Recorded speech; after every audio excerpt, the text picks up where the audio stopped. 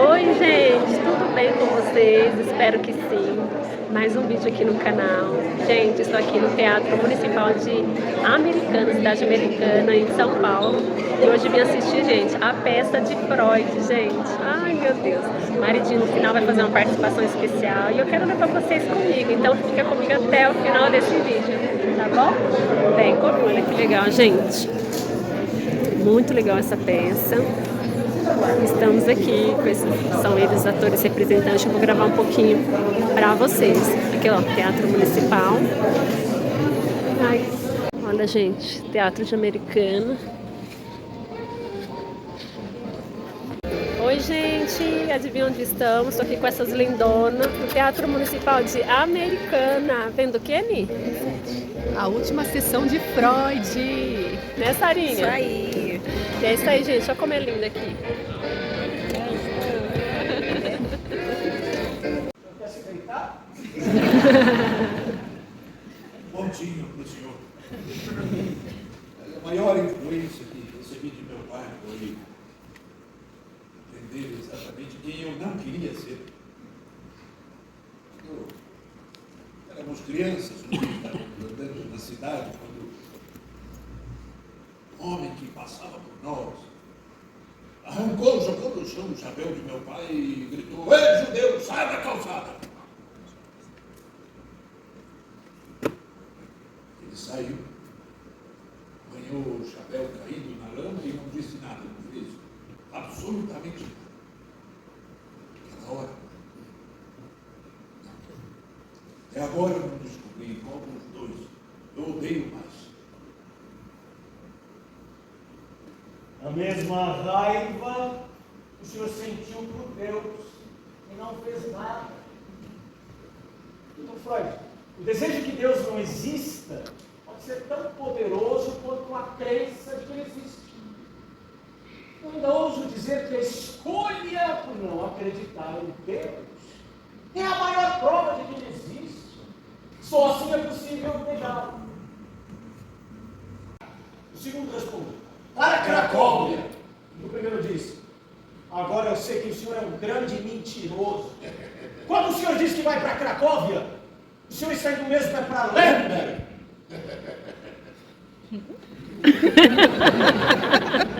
É essa piada. É um exemplo clássico da espirituosidade cética. Nossa, é engraçado como um cabide. É que o segundo judeu é chamado de mentiroso porque diz que está indo para Cracóvia, que é verdade. Mas o primeiro judeu, achando que ele está sendo modesto, não acredita.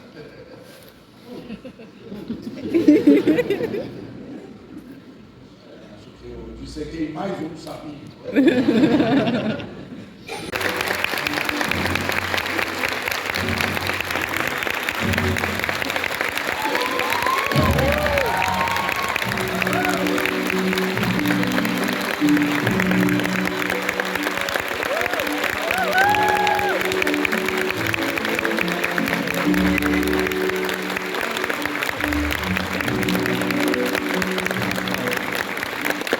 Meus amigos, muito obrigado pela essa recepção tão calorosa, tão inspiradora que vocês nos deram essa noite, e como essa cidade americana tem nos recebido, não é, Cláudio?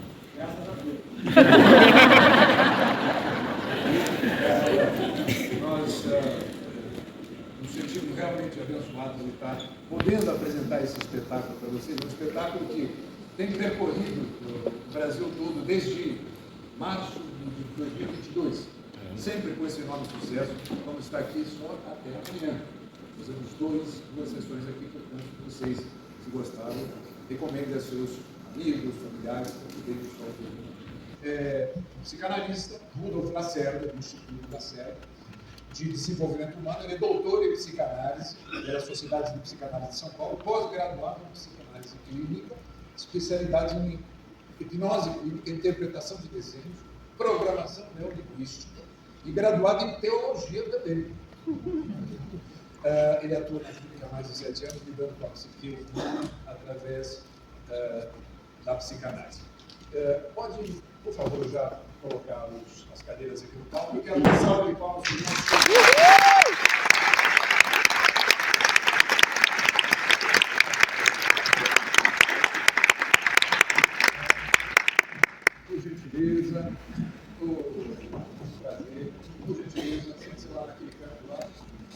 sentar. Pode se sentar aqui. Eu vou me despir do Freud. Eu vou tirar a foto. O Cláudio vai conduzir o início do bate-papo e logo estarei com você. Tá bom? Até já. Muito obrigado pela presença de vocês. Esse debate tem sido muito proveitoso nas cidades que a gente tem feito, não só político, mas para nós atores também. A gente consegue descobrir e sanar muitas dúvidas que apareceram para nós durante o trabalho de preparação, como continuam aparecendo. Boa noite a todos. Boa noite. Quero antecipar, dizer que o espetáculo foi maravilhoso. E quero dar boa noite a todas as cidades também de Americana, essa plateia fantástica que está aqui, né? E ouvindo falar, né, a peça de teatro e o embate de Freud com C.S. Lewis, eu estava ali refletindo sobre em quem torcer. Para quem, né, estamos torcendo, né? Porque tudo que fazemos ou fizermos será incompleto.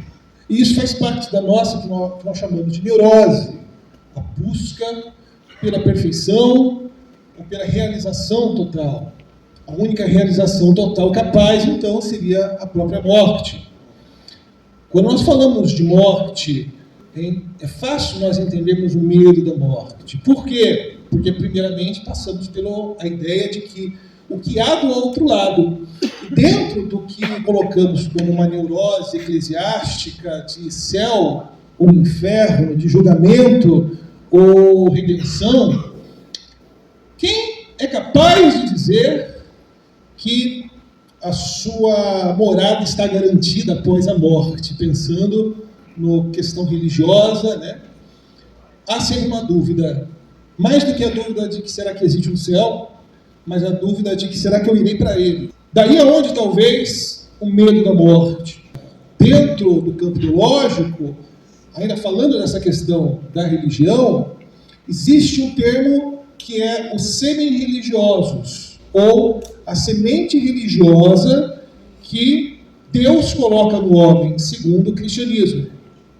Que essa semente religiosa é uma semente onde busca a eternidade, e por isso a morte traz a angústia de aniquilação.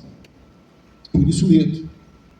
No entanto, por que o medo do ateu? Já que não há o medo de para onde iremos. Mas, talvez aí, neste conflito de pensamentos, morrer ou viver, ainda existe dentro de nós um temor da aniquilação e talvez ali também do sentido da vida. Ao longo da nossa vida passamos por diversas crises, em cada década. Crise dos 10 anos, dos 20 anos, dos 30, dos 40, dos 50. E todas as crises têm a sua própria reflexão. E talvez seja no leito de morte onde possamos refletir o que fizemos. Mas qual a postura profissional de um psicanalista que tem no seu consultório esse paciente ateu que toma essa decisão para alívio próprio? Qual é a postura profissional dele? Ele apoia essa decisão ou ele também tenta demovê-la? Como psicanalista, eu digo que nosso trabalho na psicanálise é a luta pela vida. E Freud diz que a psicanálise é a terapia pela cura, pelo amor. Então, se a psicanálise é a cura pelo amor, não existe amor maior do que fazer com que o outro viva um pouco mais, mesmo que há uma grande dor. E o tamanho da dor só pode ser medida para aquele que sente. Mas, eticamente, hoje, da minha parte, pelo menos, diria que, independente da dor, a vida ainda deve prevalecer.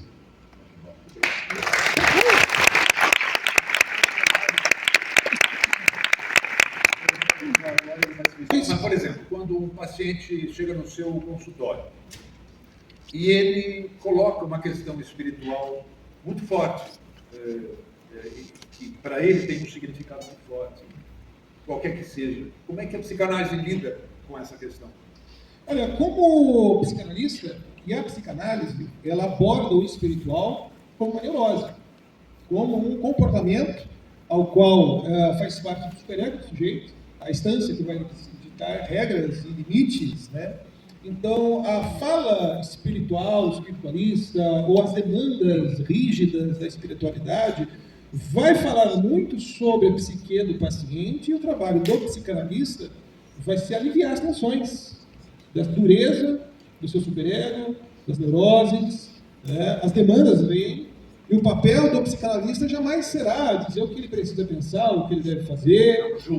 Não julga, pelo contrário. O psicanalista, ele é um investigador, ele é um filósofo de consultório, onde nós vamos filosofar sobre a vida do outro, né? Devolver as suas reflexões e formas filosóficas. Todo psicanalista tem que ser bom filósofo, de uma certa forma. E através dessas devaneios filosóficos, a gente devolve para o paciente, encerra a sessão e leva para casa, para ele passar a noite sem claro, pensando sobre aquele conteúdo. Olha que interessante. Eu queria ouvir alguém que gostaria de fazer uma pergunta. Nós temos microfone dos dois lados. Alguém gostaria de fazer uma pergunta? Olha aqui na frente tem Tadeu, por favor. Tadeu é o nosso diretor de palco. Meu nome é Fernanda, é um prazer estar aqui. Fernanda? Fernanda. Primeira coisa que eu quero agradecer a vocês, a quem escolheu, trazer esse título em prol para as pessoas pensarem sobre o assunto. Isso está sendo um sucesso, então eu quero agradecer. Se, de repente, o ser humano tem medo do sofrimento e não da morte, porque não se sabe o que há do outro lado. Mas, se você quiser responder sobre a questão do sofrimento. Bom, sobre Freud, se Freud queria se pensar na morte, né, como um suicídio, como uma opção, se ele queria de fato ou não, se você vê o comportamento, né, como analistas, o comportamento de Freud, uma pessoa que na sua juventude utilizava de artifícios químicos para conseguir estar mais alerta, com a mente mais clara, né, o que hoje nós utilizaríamos a Ritalina ou Vivance, naquela época se chamava de cocaína, né? E depois ele abandona isso. E mais tarde, ele tem, né, comportamentos ali onde ele busca justamente estar lúcido todo o tempo. Esse comportamento não é um comportamento de alguém que está tentando se boicotar, o que Freud chamaria talvez de pulsão de morte, né? Qual que era a pulsão de morte? Não, talvez se fosse uma grande pulsão de vida, ele talvez quisesse viver, tanto é que Freud, ele morreu de câncer, né? Mas, se você permitir eu resgatar um ponto ao qual foi questionado se Deus existe. Freud, qual que é o cenário desse plano de fundo que estava acontecendo, né? A origem do iluminismo. Nós tínhamos ali a ideia de Darwin, o criador da evolução, depois Karl Marx, dizendo que Deus está morto, depois vem Kant, dizendo, olha, penso, logo existe, através dos pensamentos de Kant vêm os princípios da ciência, e Freud ele vem coroar tudo isso dizendo, olha, Deus é Pai. Né? Ele traz esse pensamento, que nós lidamos com Deus como lidamos, é uma projeção dos nossos pais. Ora, do nosso Pai. Ora, se nosso Pai for um Pai bondoso, carinhoso, presente, nós vemos um Deus de amor. Um Deus que perdoa, um Deus que acolhe. Se o nosso Pai for duro, for carrasco, for bravo, temos então um Deus juiz, que castiga e manda para o inferno, que nós oramos para que a mão de Deus pese na vida daquele sujeito. Né? E um pai ausente, nós temos também pessoas com dificuldades de relacionar e de considerar um Deus. E era o cenário da época, até mesmo, que ele escreve o livro Totem e Tabu, falando a respeito do toteísmo, que traz uma ideia da necessidade de um povo, de uma adoração de um símbolo, uma adoração simbólica, ao qual pudesse despejar sobre aquele ídolo, aquele totem, toda a sua carga, toda a sua libido, toda a sua culpa. E o toteísmo, ele traz a ideia de algo inalcançável, um ser inalcançável, inacessível, um ser que não poderíamos falar, tocar, era o totem. Totem e tabu, para não falarmos sobre isso. Né? E aí traz essa questão, né, se Deus existe. Eu queria fazer uma colocação a respeito disso. Eu sou uma pessoa muito cética. O pensamento de que é assim porque para mim não é resposta. Para Freud também ele tinha essa busca dos porquês, da origem, porque a Bíblia mesmo parte de um pressuposto de que já é um Deus, já existe um Deus. A Bíblia não busca explicar a existência de Deus, né? Como foi criado Deus. Né? E os pensamentos de Freud vêm na busca da origem da criação do divino, a origem da criação do sagrado. E aí ele parte do princípio de que, na verdade, quem criou Deus? O homem cria Deus. Né? O homem cria o seu sagrado, o seu totem, o seu objeto inalcançável de adoração, né? Ao qual, por exemplo, ele como judeu, e os judeus, né, até o judaísmo mesmo, se nós formos colocarmos todas as religiões numa esteira, nós vemos que Freud acerta. Porque realmente há um totem, um objeto de adoração inalcançável, ao que não tem origem. Quem cria Deus? Quem criou Deus? De onde veio? Não, foi trazido de forma oral e simbólica e tradicional, de geração em geração, já partindo do pressuposto que há. Né? Então, dentro dessa esteira, você pega todos os deuses, você fala, puxa, faz sentido, porque pela primícia de Freud, você traz o pensamento de que, olha, só podemos acreditar que existe um Deus pela fé mesmo, porque não há como comprovar a existência de Deus, né? O problema é Jesus. O problema dessa matemática, dessa equação, é a pessoa de Jesus. Por que eu falo isso? Porque dentro do toteísmo, Jesus destrói tudo.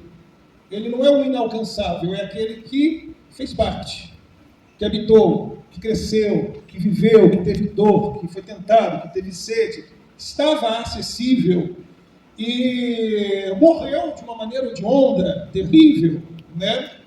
Então, Jesus, primeiramente, destrói a ideia toteísta de um Deus inacessível. E o maior argumento que se utilizava, pelo menos, era de que, claro, é uma história muito bonita contada depois, como um livro histórico. A Bíblia é como se fosse um livro histórico. Aconteceu e alguém foi lá e contou a história como se tivesse sido o primeiro de antever tudo isso. Né? E a única questão, no meio de tudo isso, só para fechar esse elo, né, nós temos o problema de Jesus, que foi um personagem histórico, visto, registrado historicamente por Flávio José e outros historiadores que não eram religiosos, né, dizendo que havia um homem chamado Jesus Cristo de Nazaré, que mais de 500 pessoas viram ascendendo ao céu. E nós temos um livro de Isaías, né, que foi descoberto na década de 40, as escrituras mais antigas, passado pelo Carbono 14, que datava de 200 anos antes da vinda de Cristo. Onde ali se tinha mais de 120 profecias, onde na própria morte de Cristo, 25 delas já se cumpriram. E eu, antes de vir para aqui, eu fui abusado, eu fui no chat GPT e vi a probabilidade matemática. O chat GPT me disse que para ganharmos na loteria, o 6 dígito da Mega Sena é 1 para 50 milhões. Para 25 profecias, que foi dada 200 anos antes de uma pessoa nascer ou existir, acontecer tudo em sequência, num único dia, ele me trouxe um número que eu não sei quantificar, era 25 elevado a 150, que é tantos zeros. Então, a probabilidade disso acontecer, né, é tão absurda que você olha para a teoria de Freud, ela é muito boa e faz muito sentido. Como psicanalista, talvez o que eu deixo para refletir, para angustiar com um bom lacaniano o que a gente faz com Jesus? Uma boa pergunta. O que Freud diria? Freud diria de que Deus, ele é uma muleta necessária para aqueles que mancam, né? Ou seja, a necessidade do divino é intrínseca, importante para a humanidade.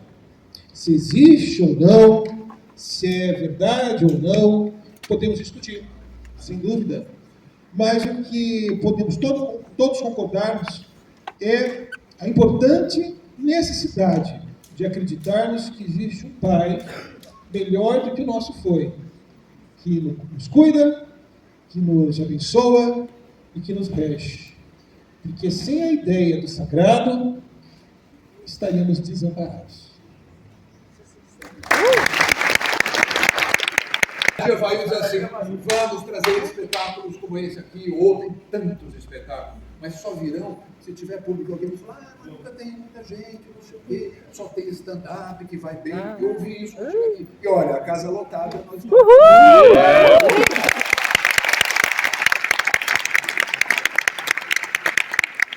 tem Esgotou os Na verdade, ingressos. você sabe que isso as pessoas veem. Então, peçam, solicitem, estimulem todo mundo a vir, a frequentar teatro de todas as formas, como o Claudio disse, só através da arte, educação e cultura, que o nosso país tem que procurar. Muito obrigado pela presença de vocês. Muito Lacerda, obrigado. E nós vamos sair agora no saguão, para quem quiser um abraço, uma foto, vamos sair agora para atender vocês aí. Rapidamente, para o pessoal do teatro não expulsar a gente. Vamos sair e a gente faz uma foto. Oi, meus amores, como vocês viram aí, né? Nós fomos ao teatro. Foi muito legal, gente. Foi assistir a peça A Última Sessão de Freud. Ela é representada, né, pelos atores Odilon Wagner e Cláudio Fontana, gente. Atores famosíssimos aí, né? Atores global. E eles representam. Olha, a peça é top, gente. Se ela chegar na sua cidade ou na sua região, vá assistir, não perca, que traz reflexões incríveis sobre a existência de Deus, entre outras questões. Muito legal que Freud elaborava na época. E o maridinho foi lá, né, no final, fazer uma participação especial, um debate sobre o tema, né, religião versus psicanálise. Muito bacana. Foi maninha, foi cunhada, foi uma noite muito agradável. Depois a gente passou no rodízio de pizza, meu Deus.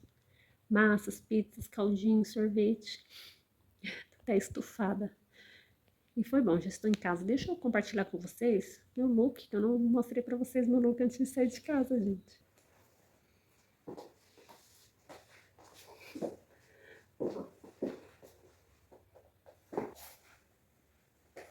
Essa calça tem um cintinho aqui, ó.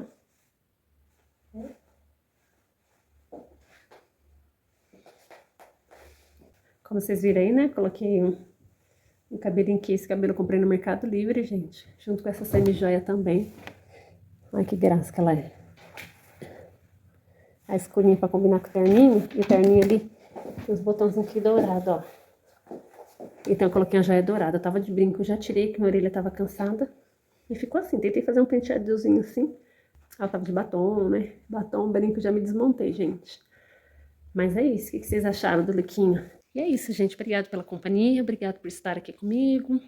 Um grande beijo, um grande abraço no seu coração. E tchau!